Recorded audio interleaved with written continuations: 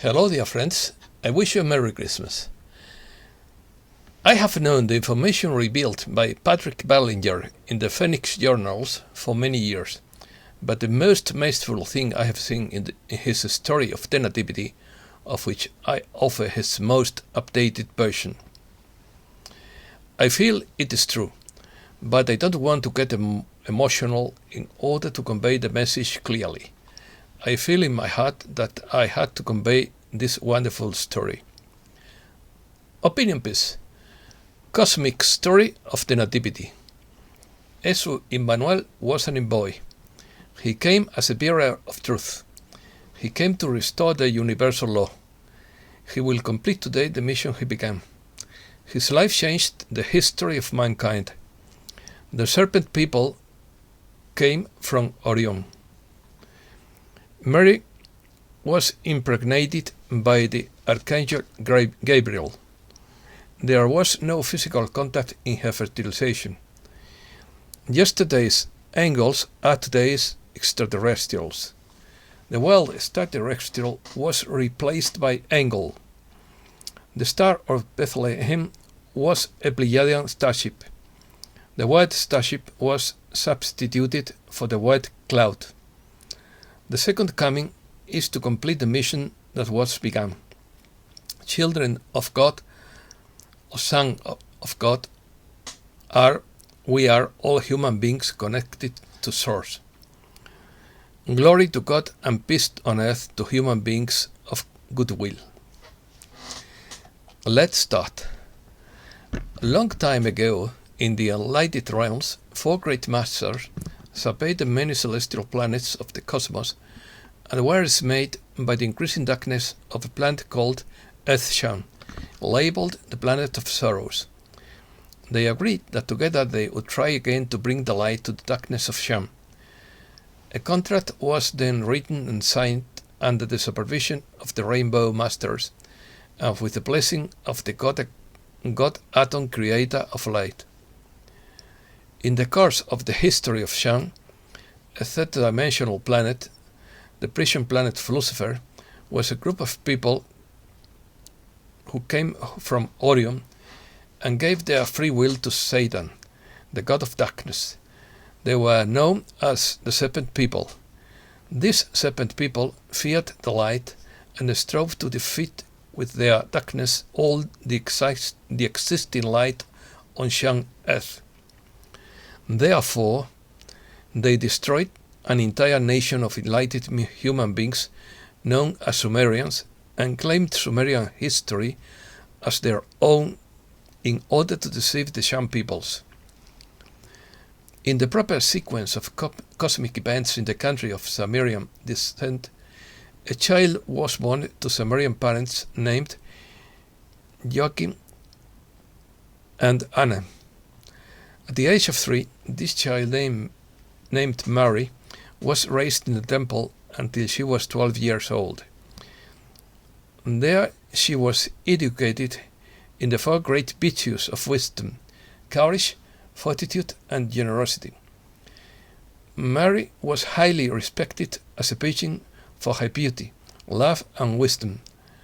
Having reached the age required to leave the temple, Zechariah, the high priest, and Joseph, a Galilean carpenter, and his family took care for Mary, which they did.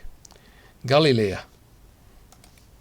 The Galileans were a peasant people, as were all the small neighboring nations around them. At one time, they had been conquered by Syria and now paid taxes to the Syrians. A foreign power known as the Roman Empire had recently conquered the entire region, including Syria, and controlled all the people through trade and taxes. Periodically, the Roman government required a census to count the number of people under their control, and at the same time, a tax was imposed on each family.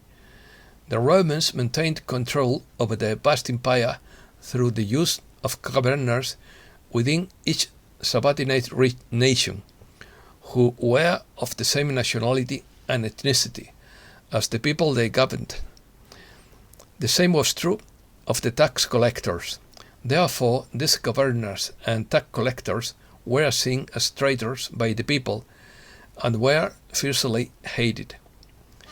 Joseph's family lived in a small village, which today is called Nazareth. Eventually, Mary became engaged to Joseph, but during their engagement, Mary had a very unusual encounter with a being from the enlightened realms.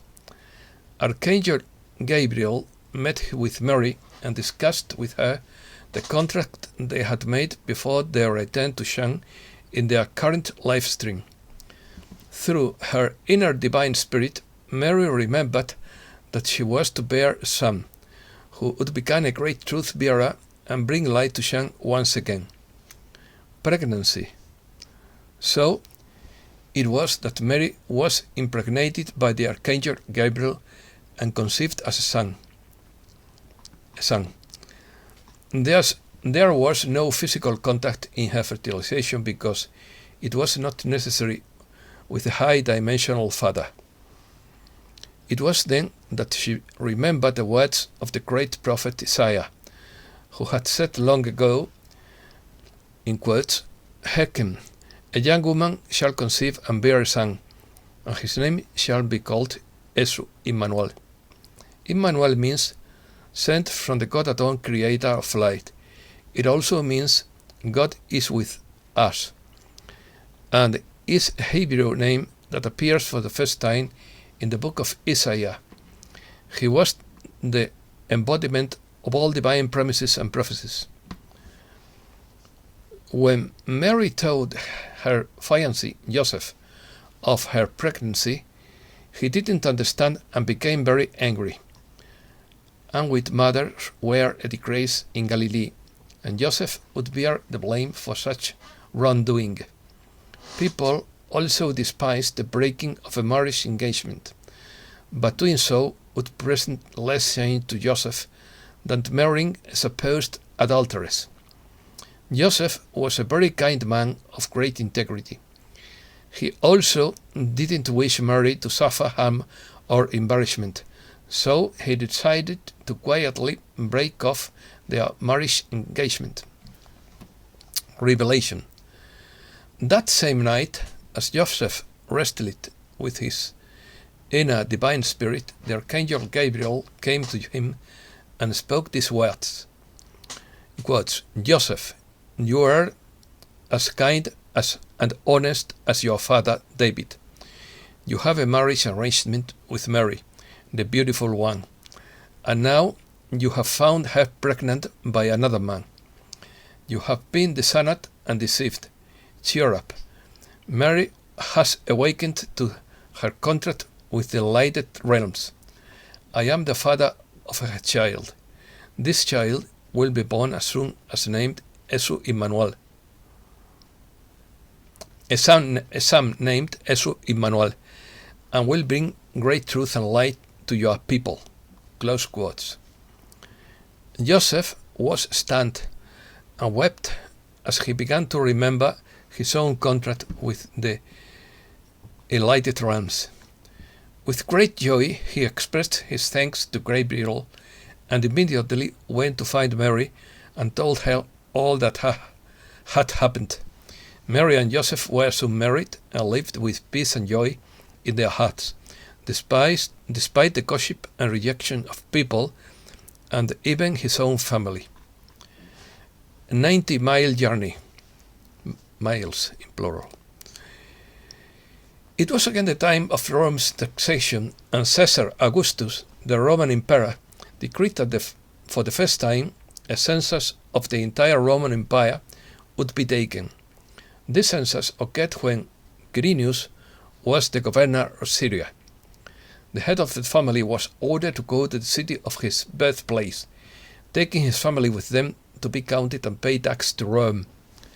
So, Joseph and Mary had to travel 90 miles by donkey from their home in Nazareth of Galilee to Joseph's birthplace in Bethlehem of Judea.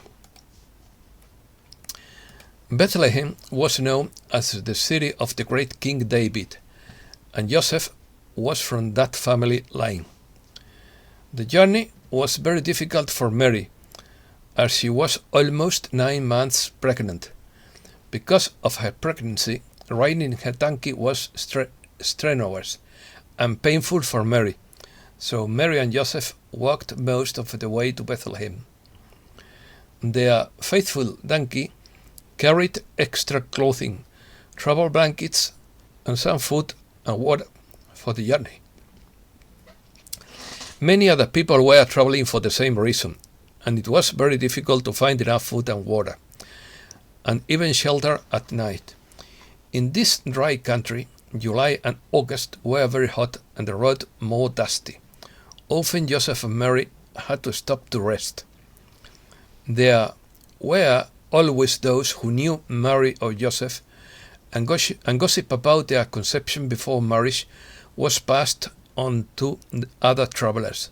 Thus, there was a continuous pattern of negative comments, gestures, and rudeness toward them, even from strangers, throughout the week-long journey to Bethlehem.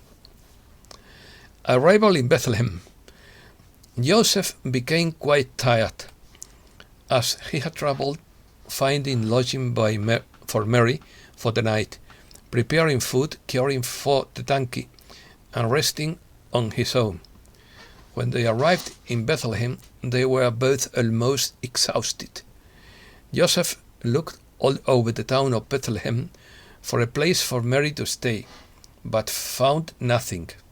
The town was filled with people returning for the census. Gossip was everywhere, and Joseph deeply felt the taunts of natives and travelers alike. Joseph was getting desperate as darkness overtook Bethlehem. Mary was having labor pains. They were both very tired, and their starving donkey was on the verge of collapse. Joseph's instinct told him that a straw shed would have to serve as shelter for Mary. Finally, he found an old man who had some cows and dairy goats. What a relief! What a relief! They finally got away from the dust, the barking dogs, the noisy children, and the clamor of travelers through the city streets. The night was clear and very quiet. The stars were shining in all their twinkling beauty, and as if something were very glorious was about to happen. And happen it did. Mary gave birth to her first child that night. She wrapped him in the blankets they had brought and placed him in one of the empty mangers. Joseph and Mary felt great joy and peace with themselves as they reviewed the events of the day, their journey to Bethlehem, and the circumstances of their courtship. Now they knew their way more clearly. Despite the ridicule and hardship, their marriage had survived because they were both enlightened and understood and followed their inner guidance. The stable was very quiet, with the sounds of the animals eating and sleeping. The delivery had been easy, and Esu was sleeping.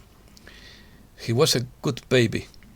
The night was dark, but lit the stars, especially a very bright star almost directly overhead. Nighttime visitors. Suddenly, Joseph heard voices and could see several people coming down to the road toward the barn. Fear gripped him as he thought of the harms some angry drunks might do to his family. He jumped to his feet and advanced quickly toward them with his long staff. As he approached them, the leader of the group lit a flare. It was none other than the old man who had allowed Joseph to use his stable.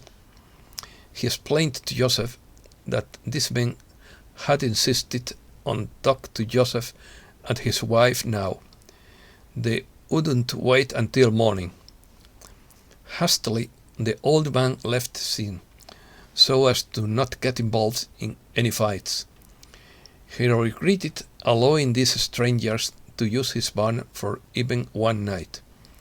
The strange men told Joseph that they were friends, shepherds, from the hill country near Bethlehem, and that they meant him no harm. Peace came over Joseph's spirit as he felt their energy and enthusiasm. He awoke Mary, and together they listened in amazement to the shepherd's most unusual story. The shepherds cared for the temple sheep that were raised for sale to the pilgrims who returned each spring for the week-long Passover celebration in Jerusalem. Some sheep were also used for occasional sacrifices during other holidays in Bethlehem. Earlier that evening, about the same time, Esu was born. These men were sitting on a hill overlooking Bethlehem. They were watching their sheep settle in for the night. The sheepdogs lay quietly by the campfire. Appearance. Suddenly, the whole sky lit up as a bright, starlit disc-shaped object came out and landed on a nearby hill. They were terrified as a man of blinding light came walking towards them. The whole hillside was bright as day, but the sheep and dogs didn't move or make sound. All was eerily silent and bright with white light. He told them not to be afraid, and that he brought them good news. They brought them good news. He said that this good news would make people happy, because at this very moment a child was being born in a stable in Bethlehem. He would become a great bearer of truth and would again present the laws of God and creation to the people. Thus, people would again learn to stand up to their evil controllers and create their own path of hope, joy, and peace. The man of light told the shepherds that the proof of the truth of what he said could be found by going to Bethlehem, to the dairy on the outskirts of the city. There they would find a man named Joseph and his wife, Mary, who had just given birth to a son, while spending the night in the stable. She had wrapped him in blankets and placed him in manger of cows, and had named him Esu. Celestial music. Then the man of light talked. Suddenly the shepherds of their hill were surrounded by hundreds of other people of light. They began to sing the most beautiful music the shepherds have ever heard. In quotes, "Glory to the God Atom of light. Sign joy to creation. May Esu bring truth to the people of Sham, to awaken them to their inner light. Glory to Atom and peace to all mankind." The light beings left as quickly as they had come. The disc-shaped ship was extinguished and all was silent again. Only the twinkling stars and the distant lights of Bethlehem remained in the night sky. So it was that the shepherds ran to the 2 miles to Bethlehem with both fear and excitement to prove that what had happened to them was true. They could hardly contain their excitement as they talked and saw Esu in the manger. They embraced Mary and Joseph and gave them gold coins to buy suitable lodging for themselves and their new son. They went out, talked, and sang the words they had heard in the night sky. The shepherds told their story to many people in Bethlehem before returning with their sheep. No one believed them, but wondered about the strange couple of Nazareth and their son born in a stable. Mary and Joseph talked a lot about the shepherd's experience and were at inner peace, from they know more clearly their way and the way of Esu, their new son. Word quickly spread throughout Bethlehem about the strange couple from Nazareth and the stories told by the local shepherds.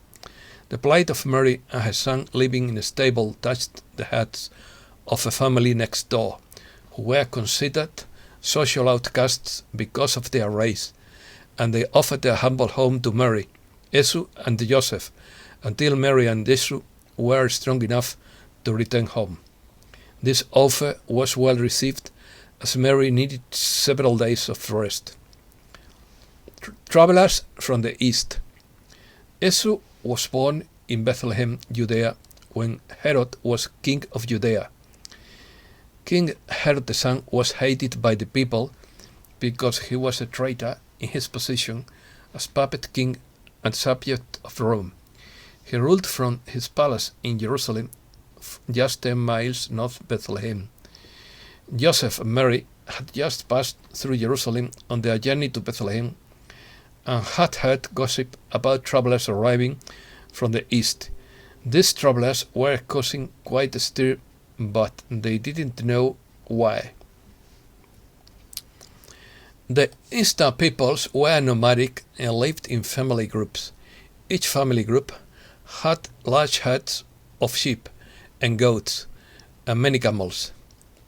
As needed, the entire family group would move to a new grazing area with their herds. During such a move, camels were used for transportation and to carry tents and supplies. It required a lot of effort to move even a few miles into the desert country, because it was like moving a small city with all the people, sheep, goats, dogs, food, water, cooking, utensils, tents, bedding, etc. Because these nomadic people studied the stars and recorded their history according to the movement of the stars, they were thought to be very wise. Sometimes they predicted coming events quite accurately. The leaders of their family groups were often called astrologers or sages. It so happened that several of these sages read the cosmic signs quite accurately and expected some great event to occur during their lifetime.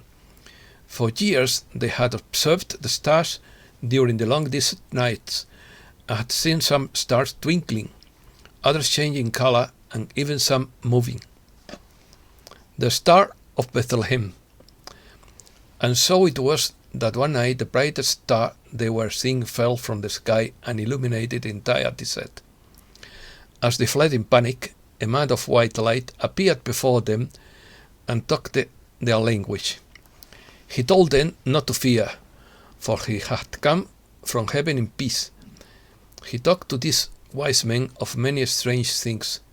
They listened attentively, for this man of white light touched their heart strings and calmed their spirit. He certainly talked the truth. Talked to them of a prophet who would be born in a distant land and who would tell the people many wise teachings. These wise men asked for proof of such a fact, for their people had longed and sought for centuries for such knowledge. The man of white light told them that he would lead them to the birthplace of this prophet if they would follow this light. History was made when these wise men gathered their families and flocks and moved slowly westward across the desert. It was an enormous task, requiring much dedication and energy. These family groups moved some 600 miles over the course of 2 years in search of the birthplace of the wise prophet. They always followed the light of the bright star in the heavens. Finally, they were led to Jerusalem, the capital city of Judea. No wonder their arrival was expected well in advance. It was overwhelming to have 3 small nomadic tribes moving through the countryside and into your own city. People from all over discussed the movement of these family groups and wondered about such historic events. The questions were always asked: what is the significance of this? And why are these magi asking about the prophet? Fear of Herod. Their arrival in Jerusalem was of great concern to the authorities. They feared these wise leaders who had so much power with their people, and feared that unrest of chaos from so many outsiders in the city might cause their loss of control over the people. So, when this magi talked with King Herod, he was afraid to the point of panic and posted a triple guard at the palace. He dared not to refuse them an audience, so Herod arranged to meet with them immediately. The magi said to Herod, in quotes, "Where is a wise prophet who was recently born among the Jews? A man of white light told us to follow his light in heaven to his birthplace. This we have faithfully done. We have traveled over 600 miles from the east, and we demand to know where to find this child. This will be a proof to us that what we have been told is true." Herod was greatly troubled, for he had no answer for them. They talked about things he didn't understand. He knew nothing of the people of the light, or the stars that fell from heaven, or the prophets who talked a great truth. Possibly the religious leaders would have answers for these wise men. Emergency meeting. Herod then immediately called all the chief priests and his scribes in Jerusalem to the king's palace for a meeting. Herod explained his dilemma to them. They searched these historical records and prophetic writings and discovered a statement made by a little-known prophet over 300 years ago. The prophet Micah had said, in quotes, "One whose origin is from ancient times would come from the people known as Judea, from the little town of Bethlehem. This one would become great by his wisdom and talk truth to the people." King Herod felt great anxiety at the words of the prophet Micah. Bethlehem was right under his nose, only 10 miles south of Jerusalem. This foretold personage could become a threat to his power and control over the people. He had to be destroyed. So Herod secretly met with the magi in his room and asked them many questions. He really wanted to know, when talked to them, about this wise prophet and how long they had searched to find him. 2 years. Now he had a plan. So he sent the magi to Bethlehem with these words, in quotes, "Go and search diligently for the child, and when you find him, bring me word so that I may also go and worship him." The magi thanked Herod and quickly left Jerusalem, traveling south to Bethlehem. They were filled with great excitement and anticipation to finally meet the one they had been searching for so long. When the light in the sky led them to Bethlehem, and they suddenly stopped over a small adobe house on C Street, they rejoiced with great joy. Mysterious star. Now Mary, Esu, and Joseph had lived with their neighboring family for several days and were preparing to return to Nazareth the next day. The night before their departure had been one of preparation for the journey, sharing a meal of thanksgiving with their host family, and now a time of quiet meditation and reflection on all that had happened since they left home. Joseph had often noticed the twinkling stars in the night sky, but had never seen any of them move until that night. As he sat in the doorway watching the brightest star in the north, it suddenly began to move. It was moving in the direction of Bethlehem, and it was getting brighter. This was very strange. He sat spellbound as the light came closer and closer and finally stopped overhead. The night was as bright as day, and the star seemed to be disc-shaped and so bright that you couldn't look directly at it.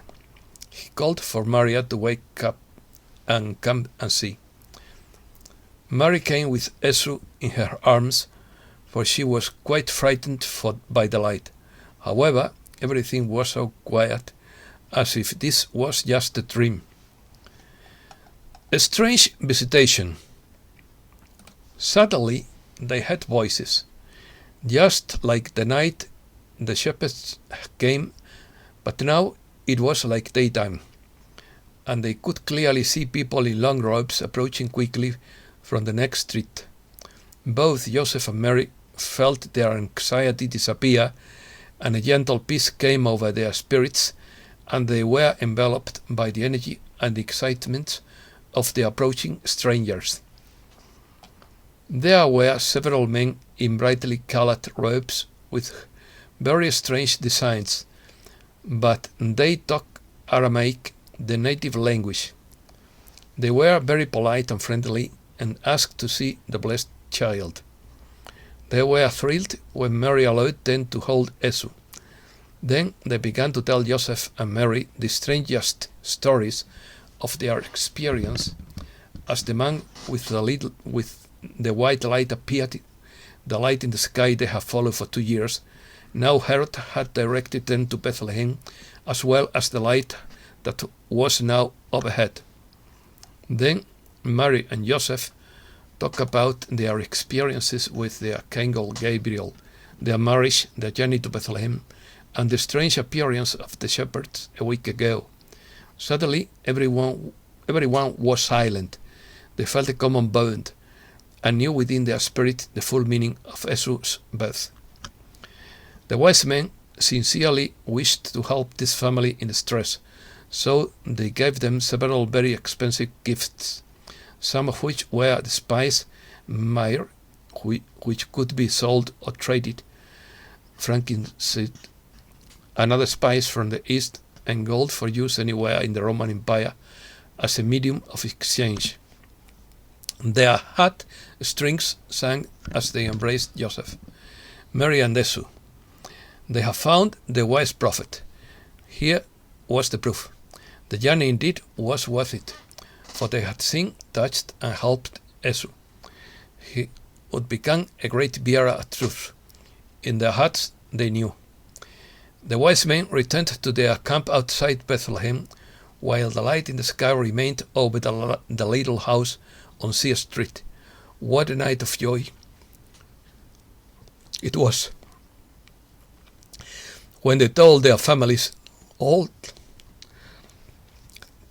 that had happened in Bethlehem. Flight to Egypt. Suddenly, someone shouted, "Look at the light in the sky." The light was moving, and as they looked at it, it fell from the sky again very close to them. There appeared before them the same man of white light. He talked to them about the evil intention of King Herod in Jerusalem and wanted them to say anything to Herod, for he planned to destroy Esu if possible. The wise men understood this and agreed to bypass Jerusalem on their return home, and so it was that they set out for their own country that very night by another road. Joseph couldn't sleep, but he had to, because they were going to leave for home in the morning. Joseph's mind was in a whirlwind of all the thoughts of recent events. Suddenly he was startled when a man of light appeared in the doorway. It was Archangel Gabriel, the same one who had talked to him in Nazareth about Mary's pregnancy. It was Esu's father. Gabriel spoke these words in quotes. "Arise quickly, Joseph, take Esu and Mary and flee south to Egypt, and stay there in hiding until I tell you it is safe to return home. King Herod is looking for Esu and plans to kill him. My light will show you the way. And so it was that Joseph, Mary, and Esu left quickly and quietly that very night, unbeknownst to their host, and fled to Egypt in search of safety, guided by the light in heaven. Herod's revenge. Meanwhile, King Herod learned that the wise men had deceived him. In a fit of rage, he decided to order the death of all the male children in Bethlehem and the entire surrounding area, who were 2 years old or younger. This was a very wicked and horrible tragedy for the simple peasants. When the people heard this, they knew that King Herod was trying to kill the child who had been born in a barn in Bethlehem, whose name was Esu. Why, they didn't know, but they greatly regretted for their gossip and mistreatment of the strange family of Nazareth. Perhaps someday they would know what had happened to them. As King Herod was plotting his evil plans, an angelic messenger approached him and persuaded him that Esu wouldn't be a threat to his throne. With this understanding, King Herod changed his mind and told the messenger that he would not have the children killed and that Esu and his family were no longer in any danger from the royal throne. So it was that the Archangel Gabriel talked to Joseph again in Egypt and told him that it was now safe to return home. Joseph, Mary, and Esu traveled back to their home in Nazareth, Galilee, where Joseph continued his carpentry and building trade. For further understanding, historically the Roman calendar and method of timekeeping were inaccurate compared to the cosmic calendar. First, the true date of Esu Immanuel's birth was August 4th, 8 before Christ, and not year 0 as was assumed. Secondly, the name of Esu Immanuel was later changed by the Pharisees and scribes to Jesus Christ to denote the deity in order to deceive the people. Therefore, he was said to be the Son of God and not the son of Gabriel, as he really was at birth. Sons of God are all of us who are connected to the universal source. Thirdly, the holiday celebrated on December 25 and known as Christmas was actually a pagan holiday. Several lies persuaded the early religious leaders to agree to celebrate the birth of Esu on Christmas. The date is not important, only the significance of Esu's birth. He came as a great bearer of truth, and his life changed the history of the starship. The starship sent by Esu's father, the Archangel Gabriel, and which created the light that the Easter sages followed to Jerusalem and then to Bethlehem, was called the Star of Bethlehem. Throughout his life, Esu was guided by his father Gabriel and the star or ship of Bethlehem, beginning with his flight to Egypt. After Esu's baptism in the Jordan River by John the Baptist, he was taken into the wilderness about the start of Bethlehem for 40 days of travel and education throughout the world, the universe and the cosmos, in preparation for his physical mission as a bearer of truth on the young earth. At the end of his teaching and healing mission, he was the one who led Esu to the transfiguration of Mount Tabor. Most of the references to spaceships, space travel, reincarnation, etc., taught by Esu Immanuel during his later life and recorded in the early writings selected by the Council of Nicaea in 323 and 325 during his later, after Christ, during his later life and recorded in the early writings selected by the Council of Nicaea. to become the official record and canonized in the Holy Bible, were removed. Having little knowledge of science in those days, often the wet starship was substituted for the wet cloud, so that much truth is missing today about the account of Esu's birth. As proof of their presence, the flickering white and rainbow-colored lights of many starships can be seen in our night skies and cloud ships during the day. They are waiting to assist Esu Immanuel Sananda in planetary evacuation when necessary. Haton Aton commands the Pleiadian Starfleet command ship, the Phoenix, which is currently circling Earth, and about which is Esu Immanuel Sananda directing Earth-Shan's transition to the fifth dimension. Second coming. Now that Esu Immanuel has returned in 1954 to our Shan Earth under his new name Sananda, and is orbiting our Shan Earth above the Pleiadian Starfleet command ship, the Phoenix, he will complete the work he began. He is bringing truth once again to the people of Earth-Shan through the Phoenix diaries and through the light of truth.